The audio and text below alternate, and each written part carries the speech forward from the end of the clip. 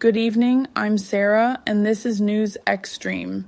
Our top story tonight: the Israeli military has expanded its ground operations deeper into northern Gaza, intensifying its offensive against Hamas just weeks after a fragile ceasefire collapsed.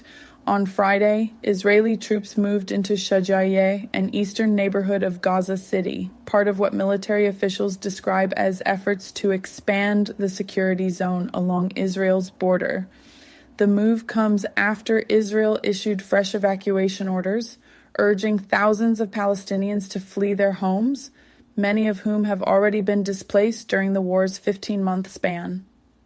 This renewed military push follows deadly airstrikes on Thursday that hit Dar al-Arqam, a school-turned-shelter in Gaza's Tufa neighborhood. Palestinian health officials say at least 27 people, including children, were killed.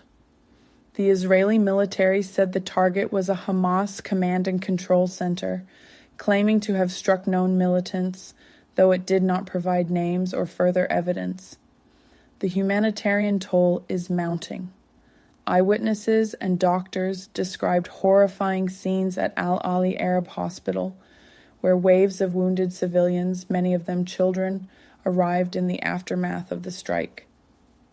Dr. Kamis Alessi, a volunteer physician, shared this emotional reaction.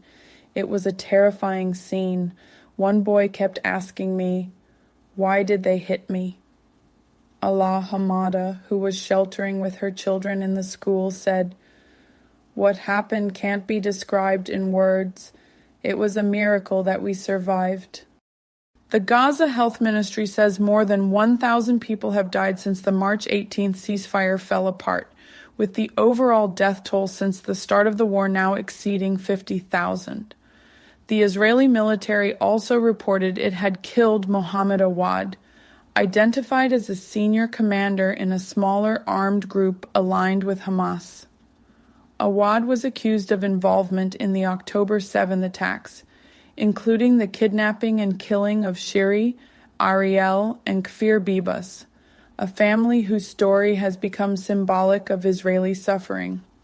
Meanwhile, Hamas issued a new warning, stating that hostages are being held under tight security in evacuation zones, suggesting their lives are in danger as Israeli operations expand.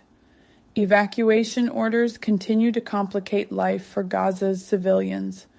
While many have complied, others have refused to leave, saying they've already been displaced multiple times or have nowhere else to go. Israeli officials claim militants are embedded among civilians, using schools and shelters as cover. Hamas denies these claims, while the United Nations has cautioned that airstrikes on such locations may violate international law.